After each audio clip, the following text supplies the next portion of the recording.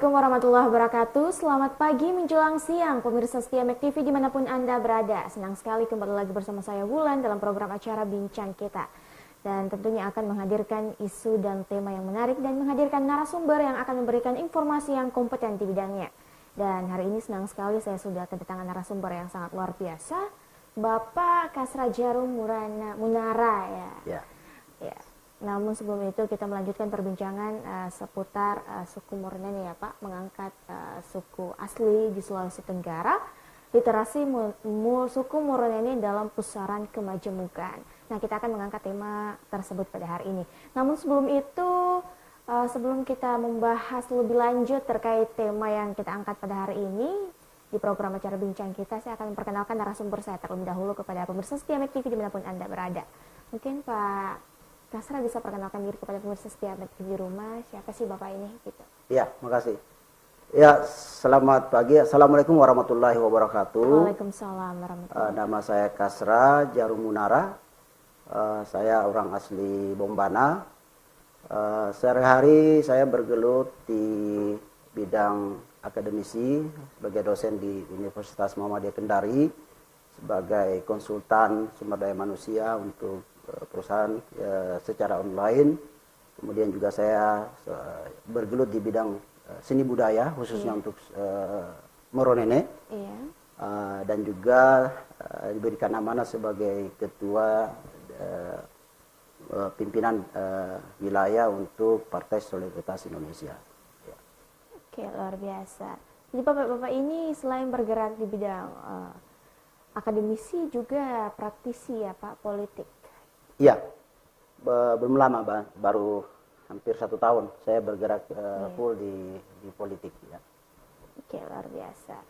Jadi terkait mengenai tema kita hari ini, kita akan mengangkat tentang suku Moronene ya Pak. Ini udah ada bukunya ya ini? Iya, saya ini habis menunjukkan buku baru pertama nih tentang suku Moronene. Ya. Suku Moronene. Ya. Ini buku pertama? Buku pertama, ya. Luar biasa. Dicetak berapa banyak nih Pak? Ini kemarin saya cetak ada 1000 eksemplar. Ya. Sudah terjual beberapa. Alhamdulillah kemarin juga sudah bisa masuk ke Gramedia di Kendari. Ya. Berarti memang udah resmi ya? Ya. Udah ada hak ciptanya juga? Iya, sudah. Ini ada ISBN-nya, kemudian juga sudah saya serahkan salah satu kopinya di Perpustakaan Nasional Republik Indonesia. Tahun lalu kami launching di Bombana dan juga di Kota Kendari. Iya, luar biasa sih, apresiasi. Jadi ini Bapak sebagai penulis lokal ya, penulis lokal juga di Sulawesi Tenggara. Iya.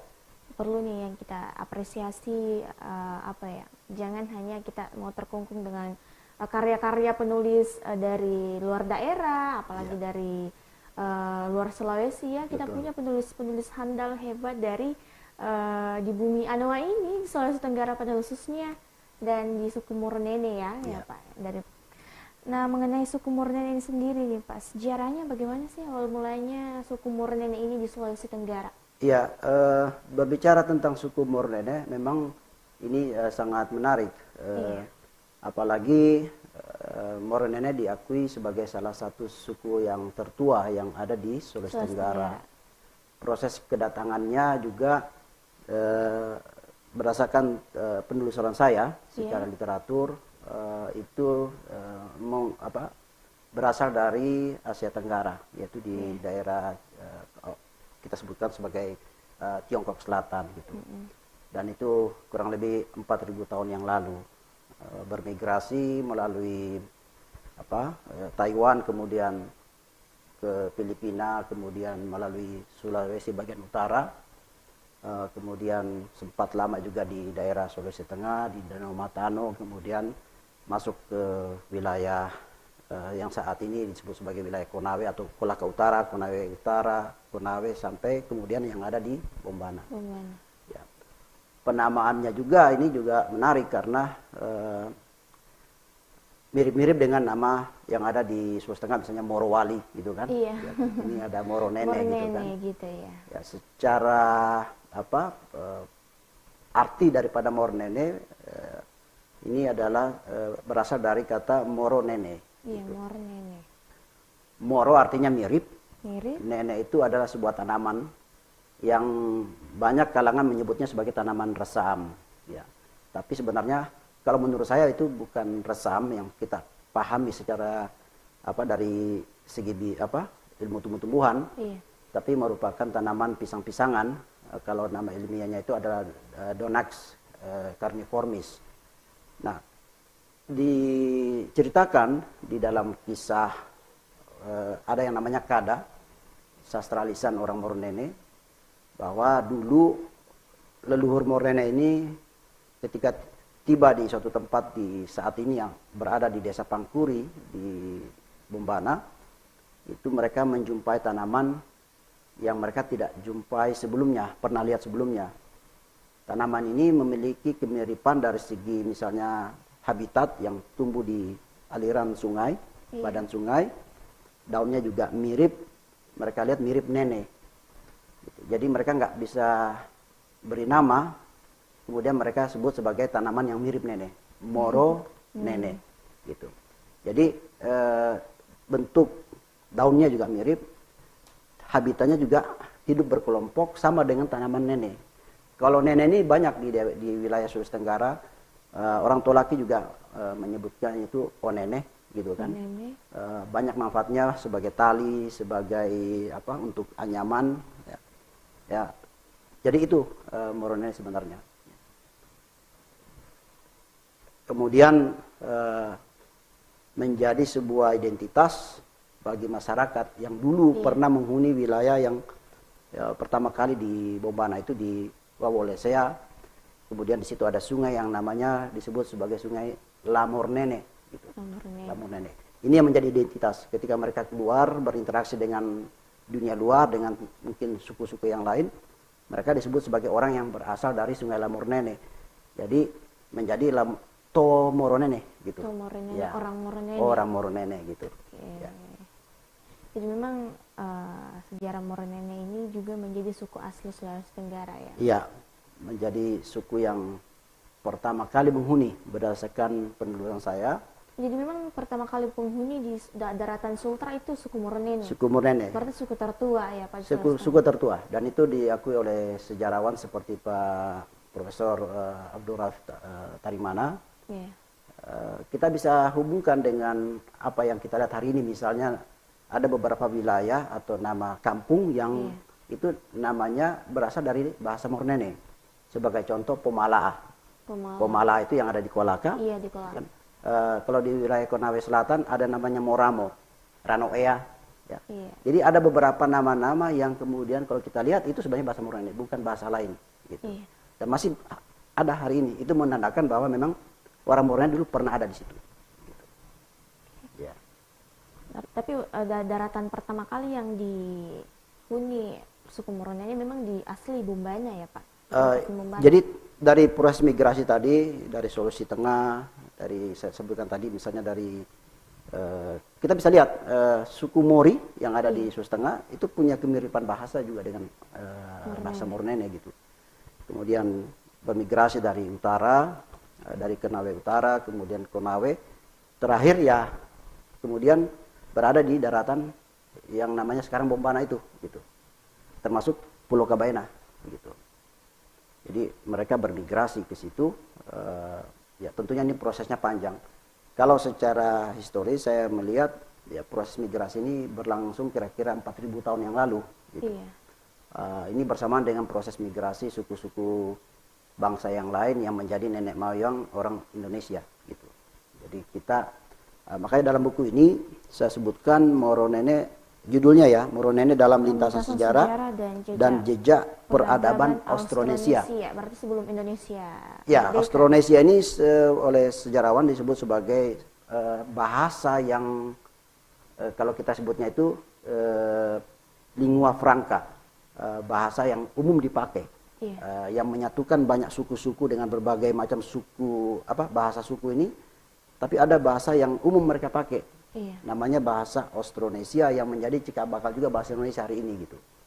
Jadi itu memang cikal bakal bahasa Indonesia itu berasal dari Austronesia. Iya, dan itu memang baru campuran lagi, ya. Karena kalau kita lihat bahasa Indonesia itu ada bahasa Jawanya juga. Iya, betul. Kemudian belakangan ini banyak juga mengadopsi, kalau kita lihat kamus besar bahasa Indonesia kan banyak mengadopsi bahasa-bahasa daerah sekarang.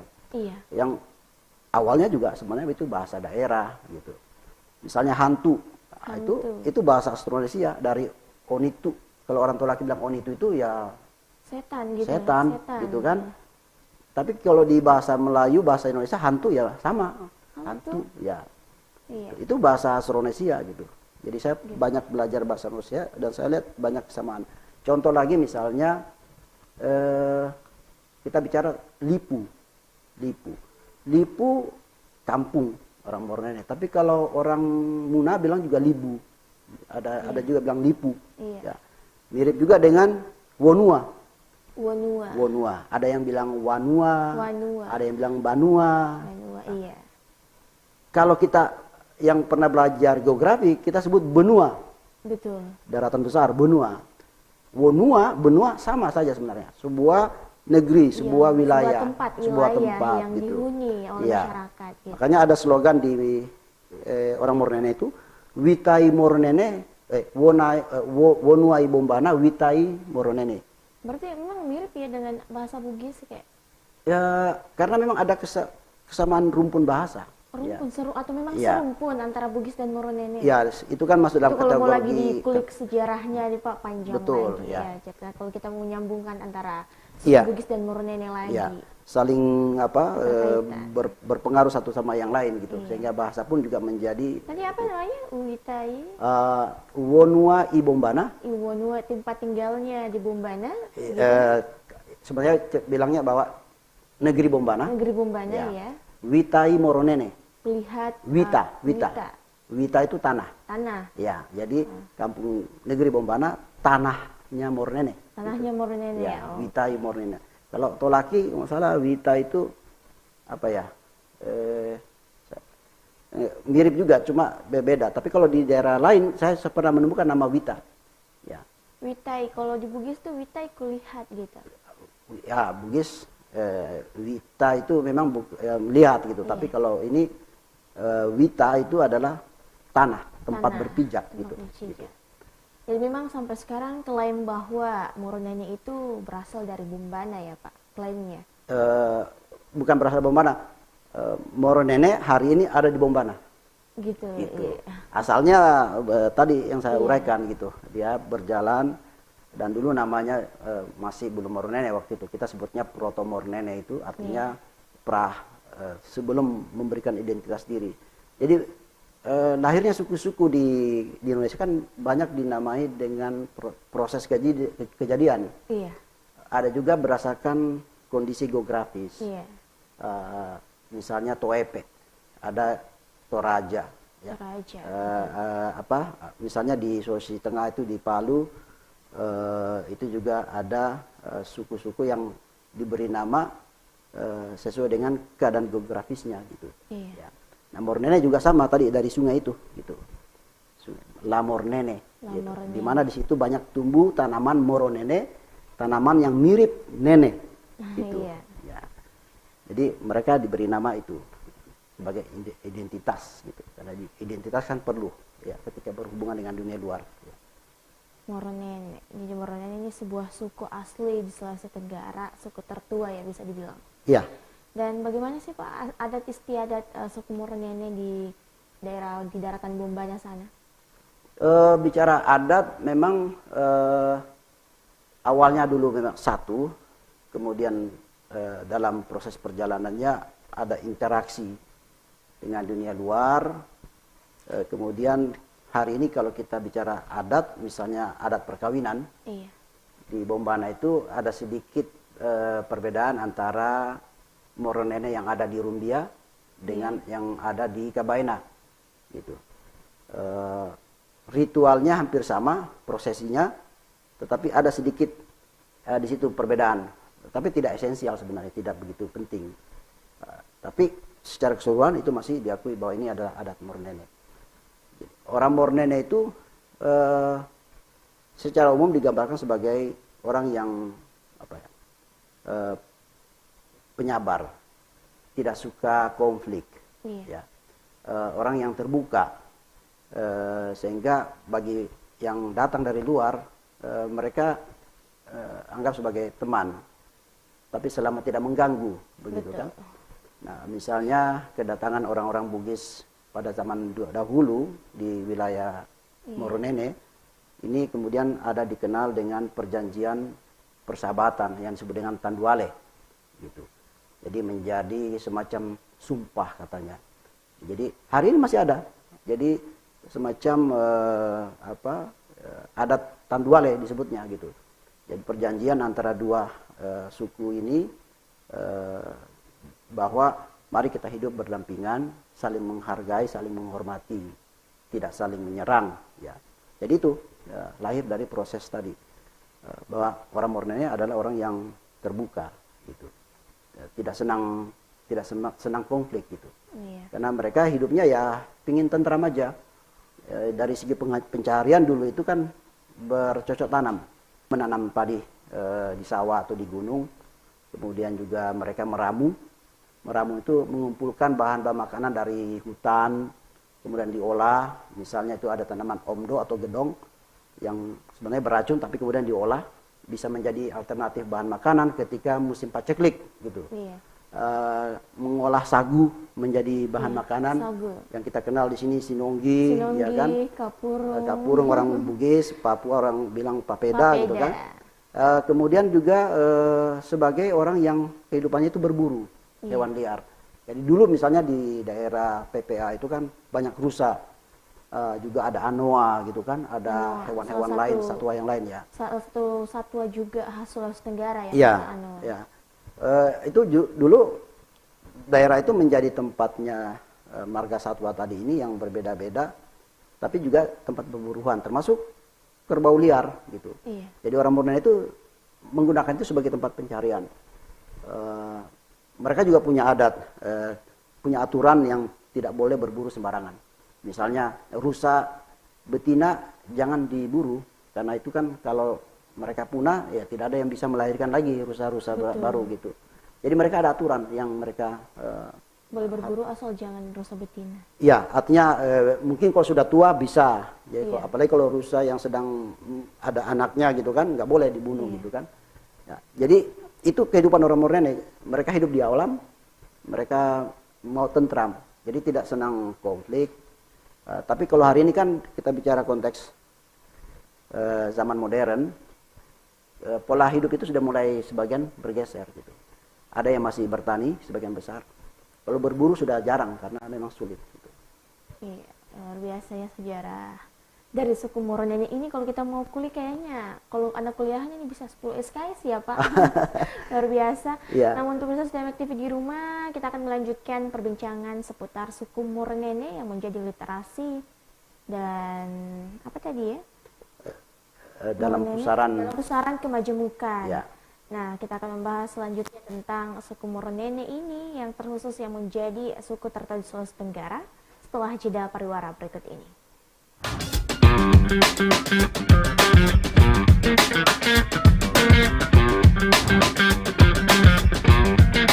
STMX TV dimanapun Anda berada, kita akan melanjutkan perbincangan seputar literasi Moronene, suku Moronene di pusaran kemajemukan.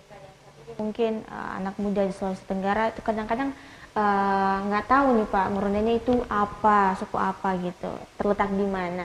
Nah itu perlunya kehadiran Bapak di sini memberikan edukasi, bisa dikatakan juga ini kuliah 3 SKS nih.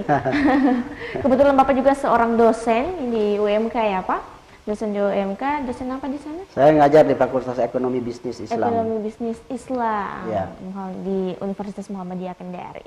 Jadi Pak, kita akan melanjutkan seputaran suku Moronene. Nah terkait bukunya, ini mengangkat suku Moronene ya, full di sini dengan judul Moronene dalam Lintasan Sejarah dan Jejak Peradaban Austronesia.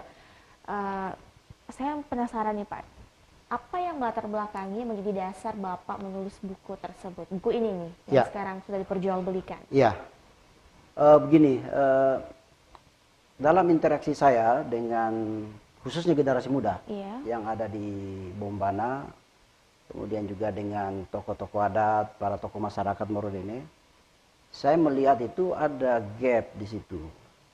Karena begini, orang Moronene itu punya tradisi lisan. Jadi semuanya itu dilakukan secara verbal. Cerita-cerita dulu, sejarah mungkin disampaikan secara verbal. Dan jarang yang menulis. Sehingga hari ini ketika kita ingin membuat semacam buku, kesulitan. Saya sendiri waktu itu sempat juga bingung, ini bahan literatur tentang Mornene sangat minim gitu. Ada sih yang sudah mulai juga susun skripsi temanya Mornene, tapi itu 1-2. Dan selalu hanya terbatas misalnya tentang kampung adat Hukayalaya ya.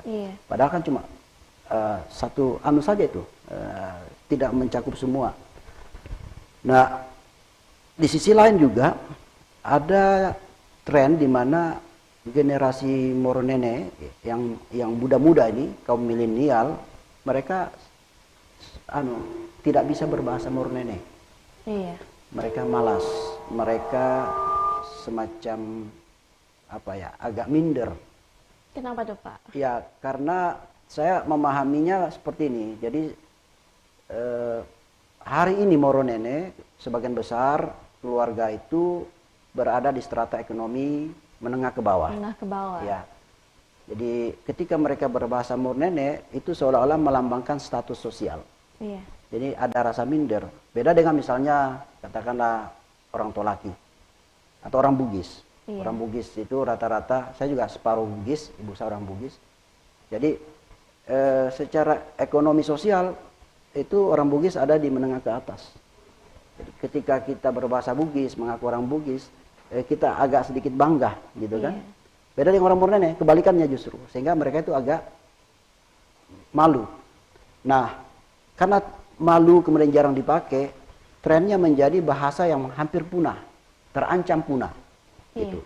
Nah, saya menulis buku ini dengan maksud menggugah para khususnya generasi muda ini, supaya mengisi kekosongan atau gap tadi yang ada itu, mudah-mudahan memicu bagi yang lain juga untuk menulis. Apalagi yang mau mengembangkannya saat ini. Kebetulan saya ini zaman. Ya, kebetulan saya terus terang punya hobi membaca, kemudian juga saya bisa membaca literatur asing. Karena dulu banyak catatan-catatan sejarah ini yang ditulis di wilayah kita oleh Belanda, oleh orang-orang asing seperti orang Jerman. Ya. Jadi di situ kemudian saya bisa coba tangkap, kemudian saya formulasikan menjadi susunan yang bagus gitu kan. Jadi buku saya ini menggunakan literatur juga ada banyak literatur bahasa asing. Kemudian juga saya belajar daerah lain, karena begini, dalam perjalanan sejarah itu kan sebuah suku misalnya tidak berdiri sendiri. Ada daerah lain atau suku lain yang juga mencatatkan sejarah. Ya, kita harus sinkron dengan itu. Tidak mungkin kita bilang, oh begini kejadian di sana, lain ceritanya gitu. Ada kemudian kesamaan di situ. Nah, itulah kemudian yang saya lakukan. Mudah-mudahan dengan buku ini mereka bangga jadi orang Mornene. Kemudian juga mau menulis gitu. Jadi saya ingin merubah mindset yang ada bahwa Mornene itu bukan suku terbelakang. Ya. Banyak juga orang Mornene yang berhasil di daerah, di luar daerah. Ya. Saya sebagai salah satu contoh terus terang, saya pernah kerja di luar negeri, 12 tahun saya kerja di luar negeri. Ya kan, saya lulusan ITB, ya, saya suka menyampaikan itu kepada orang Mornene, jangan minder. Saya orang Mornene, pernah kuliah di ITB, menjadi alumni ITB juga, gitu kan. Pernah keluar negeri kerja selama 12 tahun. Karena memang hari ini tuh mereka tidak punya figur yang mereka bisa banggakan. Betul. Ya. Kalau kita lihat di Sultra ini kan misalnya untuk tokoh-tokoh Tolaki kan banyak. Misalnya ada Pak Nur Alam, ada Pak Lukman Abu Nawas, ya kan, ada bupatinya yang banyak orang Tolaki gitu kan. Jadi orang Tolaki bangga gitu. Ya. Kalau dari Buton Muna, apalagi ada Pak Hugua, anggota DPR RI, ada Pak Ali Masih, Gubernur Sultra hari ini. Mornene, adakah tokohnya yang mencuat di Sultra? Tidak ada. Sebenarnya sensitif ya Pak. Ya, itu hal sensitif, tapi kita hanya ingin menggugah saja. Makanya saya sangat senang dengan judul hari ini, literasi Mornene dalam pusaran kemajemukan. Jadi ini kita semua saling bersaing, tapi bersaing yang sehat, berkompetisi untuk perbaikan. Ya. Tapi kemudian Morenai jangan tenggelam, jangan kemudian dalam pusaran ini menjadi ada di pinggir, gitu kan? Kita harus ada di tengah pusaran juga, gitu, memberikan kontribusi yang baik terhadap Sulawesi Tenggara, gitu. Apalagi kalau misalkan Morenai ini adalah sebagai suku tertua. Jangan kemudian suku Morenai ini menjadi suku yang digambarkan menjadi hidup di hutan misalnya kan. Wah, itu semakin minder itu anak-anak Morenai itu. Jadi harus yakin bahwa semuanya bisa selama diberikan kesempatan. Gitu. Jadi bicara konteks Bombana, ya kalau orang-orang Morenai diberi kesempatan, disekolahkan juga yang bagus, pasti juga bisa. Jadi manusia itu hampir sama saja sebenarnya. Tidak ada yang merasa, oh ini lebih tinggi derajatnya, lebih pintar dia dari segi ras, nggak ada. Ya, karena kepintaran itu juga tidak diwariskan secara genetika, gitu. Yang penting belajar. Betul, gitu. Belajar. Tapi kadang-kala memang ada sesuatu yang diwariskan secara genetika ya Pak. Ya itu bisa dikatakan suatu keadaan yang spesial gitu kan. Tapi juga misalnya kalau kita lihat Albert Einstein kan anaknya juga, atau orang-orang pintar dulu juga yang jenius tidak juga pintar anaknya. Gitu kan. Tapi memang ada keistimewaan yang sebenarnya kecerdasan itu tergantung seberapa rajin kita mengasah. Iya, betul. Karena sekalipun tajam, alat satu sajam ya, sekalipun tajam kalau didiamkan akan tumpul juga. Kalau nggak sering diasah akan tumpul juga. Ya pada dasarnya kehadiran Moronene di Sulawesi Tenggara menjadi suku tertua, terkhusus nih untuk para anak muda ya. Jangan minder karena merasa menjadi suku Moronene yang mungkin bisa dikatakan tidak sehits suku-suku lainnya begitu. Tapi perlu kita ketahui, kita tinggal di Indonesia, kita menjunjung yang namanya Bhinneka Tunggal Ika, sekalipun kita berbeda-beda, tetap satu. Strata sosial antara suku yang lain dengan suku yang lainnya itu sama, tidak ada yang lebih baik ataupun lebih buruk, semuanya sama. Karena kita itu satu, bersatu dalam naungan Pancasila, kebinekaan, Bhinneka Tunggal Ika. Jadi apapun sukunya, silahkan berkreasi untuk seluruh anak muda dari manapun itu, baik suku Tolaki, suku Muna, suku Moronene, Bugis, semua punya kesempatan yang sama, punya ruang yang terbuka, punya kesempatan, punya peluang yang sama untuk menggapai cita-citanya. Dan hari ini karena adanya gap yang di masyarakat yang tersebar tentang bagaimana strata sosial suku Moronene dipandang, ya tentunya Bapak ini hadir untuk memberikan sedikit wawasan dan edukasi, memberikan pencerahan kepada seluruh pemirsa setia Mektufa di rumah yang mungkin sedang menonton tayangan ini, bahwasanya suku Moronene itu suku yang hebat. Suku Moronene juga termasuk suku yang tertua di Sulawesi Tenggara dengan berbagai budaya, berbagai keanekaragamannya, berbagai kulturnya dan juga yang bisa kita banggakan pada tahun ini karena suku Moronene bisa mengangkat Sulawesi Tenggara ke kancah nasional. Iya betul. Dengan adanya tari Lumense itu perlu sesuatu yang perlu kita banggakan nih. Anak muda suku Moronene harus bangga nih karena tarian dari suku Moronene menjadi salah satu ikon yang dipersembahkan di Istana Negara, ditonton oleh seluruh rakyat Indonesia. Jadi jangan lagi ada yang namanya insecure ataupun tidak percaya diri akan sukunya sendiri harus bangga. Apapun kamu, bagaimanapun sukumu, dari manapun asalmu, silahkan berkarya, silahkan tunjukkan bakatmu kepada dunia. Karena pada dasarnya kita dinaungi Pancasila, kebinekaan, berbeda-beda tetap satu. Tidak ada yang membeda-bedakan antara ras, golongan, apalagi suku ya Pak. Kayak luar biasa. Jadi saya memang ikut senang sekali itu melihat tari Lumense ditampilkan di Istana Negara pada saat 17 Agustus. Sebenarnya masih banyak seni budaya Moronene yang perlu ditonjolkan lagi. Sudah ada beberapa kali juga tampil di event-event lomba tari, kemudian juga ada alat musik tradisional yang kurang juga diketahui orang. 2 bulan yang lalu kalau nggak salah saya juga tampil di TVRI ini membahas tentang alat musik tradisional suku Mornene gitu kan. Nah begini, kebetulan saya ini ada yayasan namanya Munara Foundation.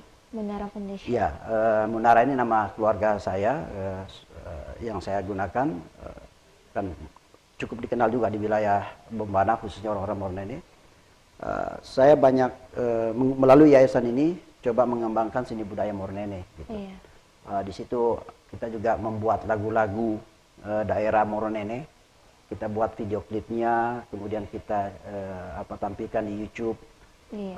Kita juga meminta artis-artis lokal yang sering tampil di pesta perkawinan, iya, untuk tampil di YouTube juga, iya, gitu. Tapi bahasa Mornene gitu. Iya, luar biasa. Termasuk juga kedepannya ya kita mau buat film-film pendek. Ada film pendek tentang suku Mornene gitu kan. Menceritakan bagaimana Mornene harus selalu aktif, lebih luas lagi, harus banyak orang yang mau meneliti Mornene. Iya. Mungkin dari situ akan terkuak lebih banyak lagi bahwa oh ya ini sejarah perjalanannya nenek moyang bangsa Indonesia ini luar biasa gitu kan, ada suku macam-macam, ini kalau dihubung-hubungkan sebenarnya dulu juga dari satu induk begitu ya. Mornene ini sangat minim sekali. Saya ada ditanya calon sarjana ini yang mau susun skripsi, iya, sudah ingin membuat skripsi tentang Mornene. Ya, jadi saya dijadikan juga narasumber ya, karena mereka baca buku saya, mereka tertarik. Jadi mereka ingin menggali lebih dalam salah satu topik tentang misalnya dulu pemerintahan tradisional Mornene seperti apa sih gitu. Iya. Ya. Karena ini bisa jadi inspirasi juga, ya. Karena Indonesia ada ini karena dulu ada tadi berbagai macam istilahnya kerajaan lembaga adat sebagai kontrol pemerintahan, waktu itu ya, seperti itu. Oke, luar biasa. Nah, pemirsa setia Mek TV dimanapun Anda berada, itulah tadi salah satu bentuk pencerahan kepada seluruh masyarakat Sulawesi Tenggara, terkhususnya suku Mornene, bahwasanya intinya jangan minder, ya, percaya diri tentang dari mana kita berasal, karena bagaimanapun semua suku pasti punya ciri khas dan kebanggaannya masing-masing. Salah satunya ini suku Mornene, dan tentunya yang bisa kita banggakan itu tadi ya Pak, ya, yang suku tarian Lumense yang ditampilkan di Istana Negara. Ya baik, untuk pemirsa setia Mek TV dimanapun Anda berada, itulah tadi perbincangan kita seputar literasi Mornene dalam pusaran kemajemukan. Semoga informasi yang kami sampaikan hari ini bisa menambah wawasan pemirsa setia Mek TV dimanapun Anda berada, dan bisa menjadi edukasi untuk setiap anak muda yang mungkin sempat menonton tayangan ini ya Pak. Ya baik, saya Andalun Martabella pamit undur diri. Wassalamualaikum warahmatullahi wabarakatuh dan sampai jumpa. Terima kasih.